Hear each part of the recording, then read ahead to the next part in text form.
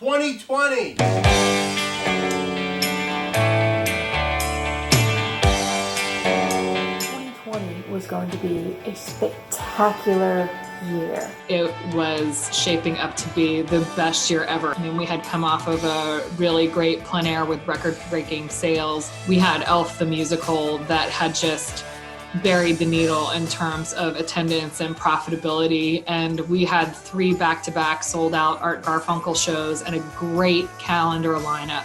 Every weekend, it was going to be fabulous. And then, obviously March came and the world changed.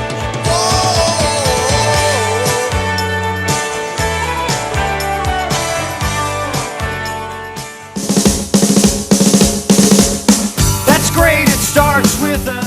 It's just hard to fathom how such a big and vibrant industry that was doing better than ever, could just turn into, evaporate overnight.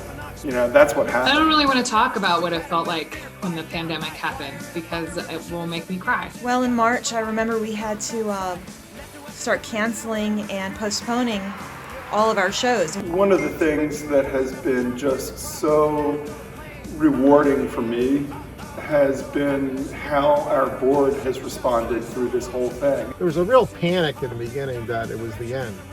And so we had to find purpose, and we had to make sure that we had sufficient funds to continue to operate. And we did. We worked on plans to create new funding sources going forward. We got help from the CARES program by the feds. And so a lot of things helped us, but we helped ourselves. We focused on what we could do to help people in the Easton area. I know you all went out and helped the first responders, bringing meals. In April, we were contacted by Cassandra Van Hooser, and she wanted to recruit us to help feed the front. And although it was really scary and everything was really uncertain then, the community members donated money to be able to spend at the local restaurants to feed the frontline workers. It was really, really, really beautiful. That's kind of been our approach to this whole year. How can we help?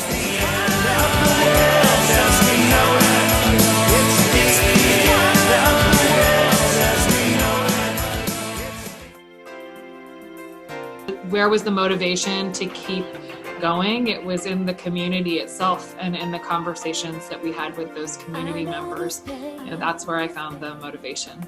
And then we did a lot of different things that totally stretched our COVID minds, our COVID brains. We kind of just took all of our rules, what do we do, how do we do it, took the rule book, threw it aside, and said, okay, we're starting that over. Don't you know, things will change, things will go your way if you hold on. The service that MCTV provided, we shared information about public calendar. The drive-through farmers market was really important for people. It was important for farmers. If you sold to restaurants, suddenly you didn't have any, the kale's still growing, and especially people with pre-existing conditions where they were afraid to go into the grocery store, we gave them an option that felt incredibly safe.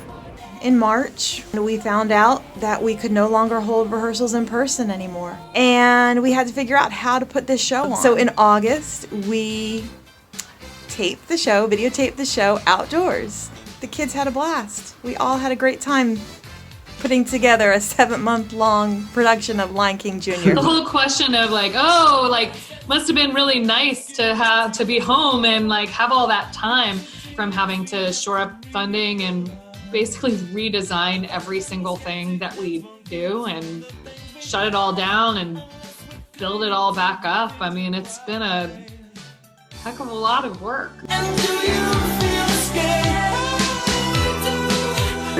Building a brand new venue sounds like a crazy person, and yet we did it, and we did it in a way that's safe, and we employed a bunch of artists and created a lot of really great experiences for people at a time when they need it really badly. Perfectly socially distanced show, wide open, airy, just fantastic.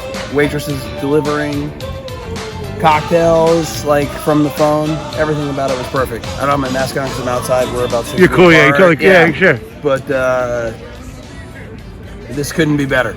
You should do more of these, as many as you can. Like this is how it should be done right now. We had a blast, and it was like getting back to semi-normal. I actually forgot some of my troubles for a little while. At one of our last meetings, I was asked, what am I most proud of 2020? And so it was just everything. You know, I'm proud to be part of the foundation and the teamwork that we've accomplished together. It's everything. It's the entire year. We've reached out to so many people and brought light in a very dark time. Where do I find hope in the future? Once the industry starts to come back, we're ready. We have a very recently remodeled space here. We just remodeled the Stoltz Listening Room. We've got this brand new venue. Like, we've got a whole lot of stuff that we could start doing as soon as it's safe to do it. I find hope in the rhetoric and support of the community at large and our donors who have stepped up in such a big way, and people talking to us about how excited they are to come back and re-engage when it's safe. I'm excited about a spring in the pavilion.